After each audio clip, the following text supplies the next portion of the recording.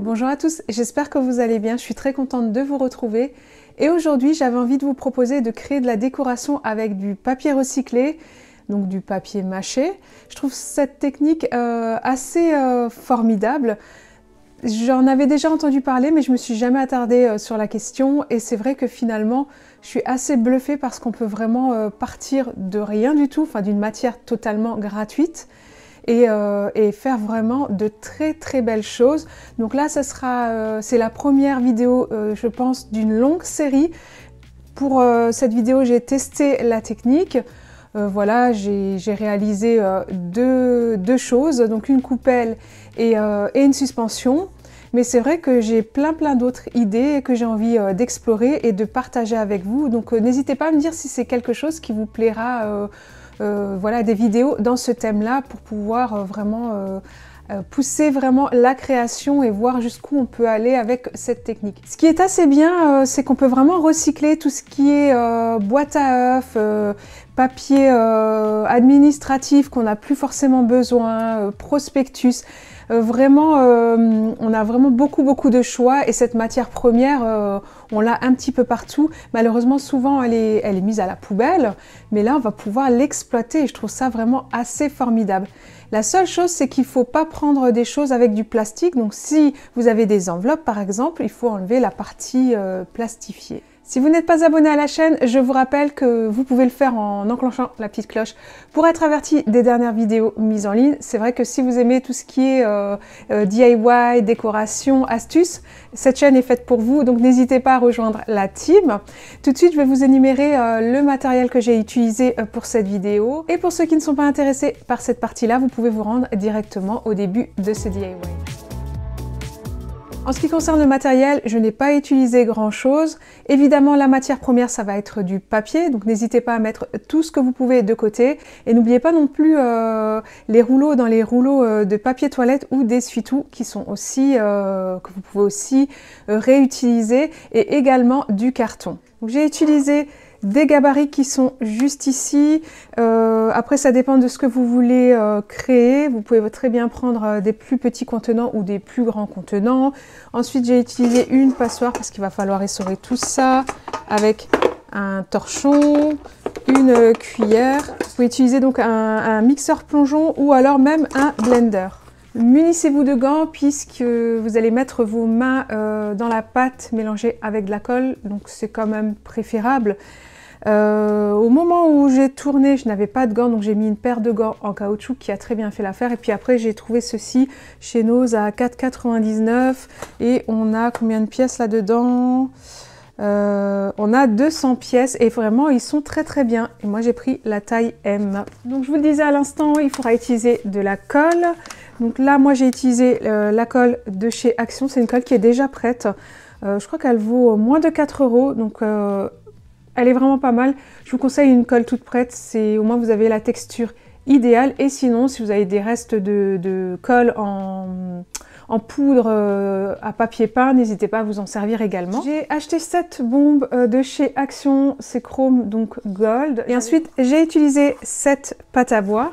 Côté pinceau, comme d'habitude, un pinceau un petit peu plus grand, petit pinceau, une petite spatule comme ça et une éponge. Et côté peinture, j'ai utilisé donc une sous-couche parce que il faut savoir que le papier, une fois sec, ça boit énormément et quand on met une sous-couche, évidemment, on met moins de peinture, donc c'est préférable. Et côté peinture, j'ai utilisé donc ces deux-là, j'ai mélangé donc une 4x4 nature blanc et un velours nature sable pour créer une couleur un petit peu plus tendre. Et comme je vous le dis tout le temps, les peintures sont miscibles entre elles, donc voilà.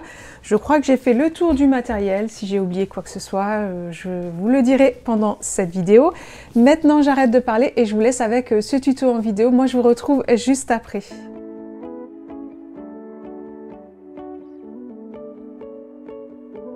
Et c'est parti pour la préparation du papier mâché. Pour cela, je vais récupérer donc des papiers qu'on a régulièrement dans les colis. Et ensuite, des emballages pour les œufs. Alors, ceux-ci fondent vraiment très bien dans l'eau. Des prospectus, et ça tombe bien parce qu'il y en a toujours tout plein dans les boîtes aux lettres. et également des papiers administratifs dont je n'ai plus l'utilité. Maintenant, direction ma cuisine où je vais faire bouillir de l'eau dans la bouilloire. Il faut que l'eau soit très chaude, hein, ça accélère le travail.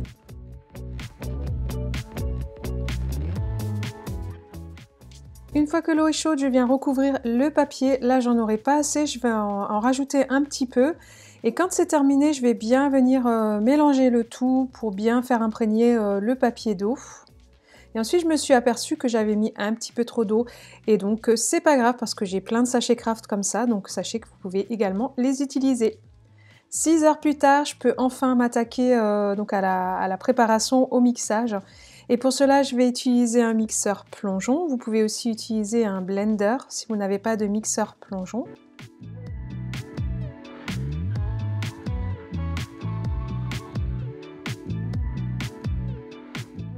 C'est parti pour le DIY numéro 1 et pour cela, je vais créer donc une suspension.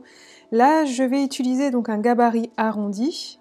Je vais l'emballer de film alimentaire. Ça va éviter que la pâte à papier ne colle trop dessus au séchage. Et maintenant, je vais essorer la pâte de papier qui est gorgée d'eau. Pour cela, je vais utiliser un torchon dans lequel je vais mettre la pâte. Et ensuite, je vais bien resserrer le tout et bien essorer. C'est très très important pour la suite du travail.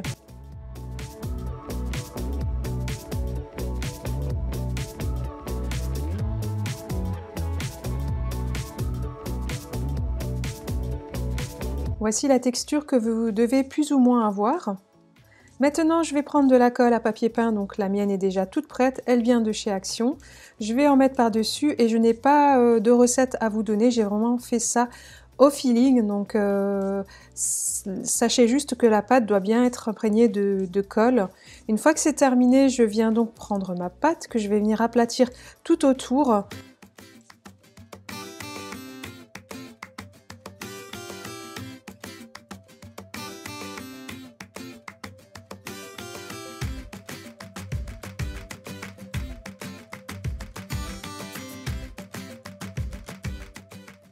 Et quand j'ai terminé, je viens prépercer donc la future entrée de mon luminaire. Donc là, c'est aussi simple que ça. Je vais utiliser un rouleau de papier toilette et je vais venir prépercer et donc bien lisser avec le doigt tout autour. J'ai laissé sécher pendant 3 jours et vous pouvez constater encore qu'à l'intérieur, on a des zones encore humides. Là où c'est gris foncé, ce sont des petites zones humides, mais c'est pas grave parce que de toute façon, je laisserai encore sécher auprès du feu. Maintenant, je vais utiliser de la pâte à bois pour venir reboucher toutes les fissures.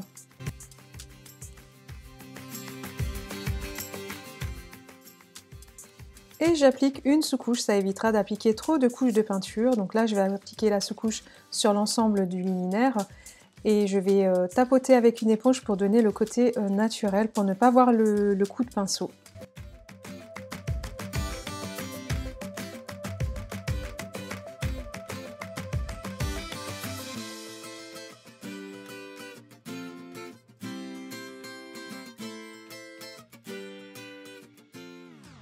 Et maintenant, je vais appliquer cette petite merveille. Donc, c'est une bombe dorée de chez Action. J'ai déjà utilisé la première version, mais j'avoue que celle-ci est très très jolie. Et ensuite, je vais appliquer de la peinture 4x4 coloris blanc. Et je vais tapoter pour toujours avoir le côté naturel. Et enfin, je vais utiliser de la bombe dorée que je vais mettre dans un petit pot en verre afin de rattraper toutes les zones où j'ai dépassé un petit peu avec le blanc. Je n'ai plus qu'à vous laisser découvrir le résultat en images.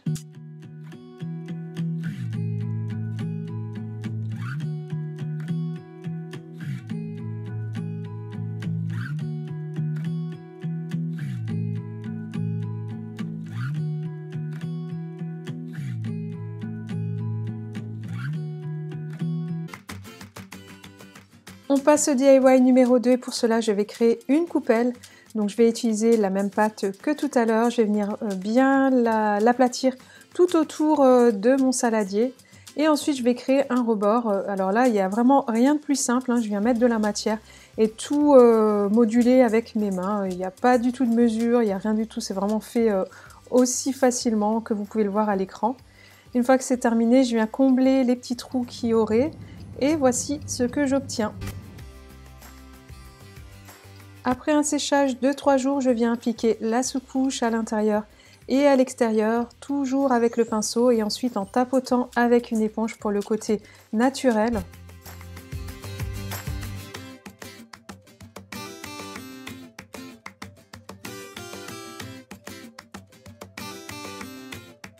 Et enfin, je vais créer ma propre couleur en utilisant deux peintures, donc Nature Blanc et Nature Sable. Je voulais quelque chose de beaucoup plus tendre que ce que j'avais à l'origine. Et je vais venir l'appliquer sur ma coupelle, toujours à l'intérieur et à l'extérieur. Et n'hésitez pas à me dire en commentaire ce que vous en pensez. Je vous laisse maintenant découvrir le résultat en images.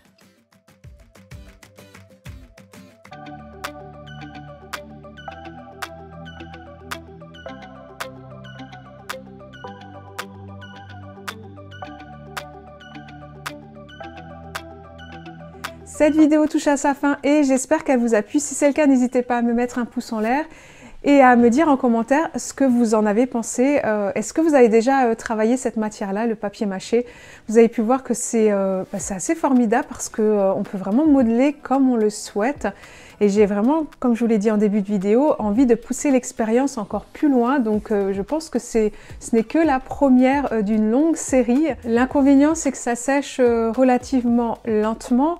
Donc il a fallu au moins 3 jours. Et même après 3 jours, quand je l'ai retiré du saladier, on voyait qu'il y avait encore des parties gris foncé qui étaient encore humides. Voilà, c'est peut-être juste le seul inconvénient. Je pense qu'en été, ce sera beaucoup plus simple de travailler cette matière. Là, j'ai un poêle à bois, donc j'ai pu le mettre vraiment devant la chaleur, la forte chaleur. Mais voilà, si ce n'est que ça, j'allais dire, on va vraiment passer au-dessus. Pour la coupelle, je pensais d'abord faire une coupelle de fruits. Donc là, je vais laisser les bougies telles quelles, mais je pense en refaire vraiment une grande coupelle à fruits. Et j'ai découvert un vernis alimentaire de la marque Découpage, donc j'attends de le recevoir. Et n'hésitez pas à vous connecter sur Instagram, je vous mets le nom du compte juste ici, parce que je pense que je partagerai ça en Reels. Et voilà, rejoignez-moi sur Instagram parce que c'est vraiment le réseau social où je suis tous les jours active dessus. Et c'est souvent par ce biais-là que vous venez me contacter pour partager vos créations et pour me poser aussi vos questions. Je vous rappelle que si vous n'êtes pas abonné à la chaîne, n'hésitez pas à le faire, à rejoindre cette belle communauté et à enclencher la petite cloche pour être averti des dernières vidéos mises en ligne. Et moi, je vous donne rendez-vous très vite dans une prochaine vidéo. N'oubliez pas de prendre soin de vous. Je vous souhaite une très belle semaine et je vous envoie tout plein de bisous. À plus, bye!